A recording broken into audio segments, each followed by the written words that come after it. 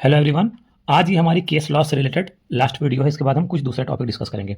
तो आर्टिकल 25 इसके अंतर्गत सफीन जहां केस में सुप्रीम कोर्ट ने बोला कि राइट टू चूज रिलीजन मतलब अपना धर्म चुनने की स्वतंत्रता इस केस में बोला। सायरा बानो केस जिसको ट्रिपल तलाक केस बोलते हैं, इसमें सुप्रीम कोर्ट ने इंस्टेंट ट्रिपल तलाक को अनकॉन्स्टिट्यूशनल घोषित कर दिया। सिरूर मठ केस, इसमें सुप्रीम कोर्ट ने इसेंशियल रिलीजियस प्रैक्टिस डॉक्ट्रिन को इस्टेब्लिश किया। रतिलाल पनाचंद गांधी केस, इसमें सुप्रीम कोर्ट ने बोला कि freedom of profess practice and propagate religion fundamental right है, मतलब अपने धर्म को मानना, उसको प्रैक्टिस करना, उसका प्रचार करना फंडामेंटल राइट है। स्टेट इसमें इंटरफेयर नहीं कर सकती है जब तक कोई कॉन्स्टिट्यूशनल ग्राउंड ना हो। फिर स्टैनिस्लॉस केस, इसमें सुप्रीम कोर्ट ने बोला कि अपने धर्म का प्रचार करना यानी प्रोपेगेट रिलीजन, इसके अंतर्गत राइट टू कन्वर्ट नहीं आता है फोर्सफुली, फ्रॉड या इंड्यूसमेंट करके। अपने धर्म का आप प्रचार कर सकते हैं लेकिन किसी को फोर्सफुली या फ्रॉड करके या इंड्यूसमेंट करके उसके धर्म को परिवर्तित नहीं कर सकते हैं, कन्वर्ट नहीं कर सकते हैं। आर्टिकल 26, इसमें सिरूर मठ केस, तो सिरूर मठ केस में सुप्रीम कोर्ट ने बोला कि religious denomination have the right to manage their own religious affairs. Kashi Vishwanath temple case, इसमें सुप्रीम कोर्ट ने बोला कि the state may regulate the secular administration of religious institutions without interfering in essential religious practices. State regulate कर सकता है आपके religious institutions को, लेकिन बिना इंटरफेयर किए आपके इसेंशियल रिलीजियस प्रैक्टिसेस को। ये जो इसेंशियल रिलीजियस प्रैक्टिस का जो डॉक्ट्रिन आया था, ये सिरूर मठ केस में आया था। Article 27 Jagannath case, Jagannath Ramanujdas case, इसमें सुप्रीम कोर्ट ने बोला कि रेगुलेटरी लेवी लगाई जा सकती है और ये आर्टिकल 27 का उल्लंघन नहीं होगा।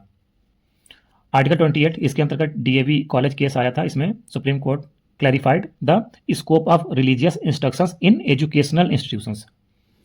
फिर आर्टिकल 29, इसमें चंपकम दुराईराजन केस में सुप्रीम कोर्ट ने बोला कि admission can not be denied on the ground of religion, race, caste, language और एनी ऑफ देम, मतलब कि धर्म के आधार पे, रेस के आधार पे, कास्ट के आधार पे, लैंग्वेज के आधार पे स्कूलों में एडमिशन को डिनाई नहीं किया जा सकता है।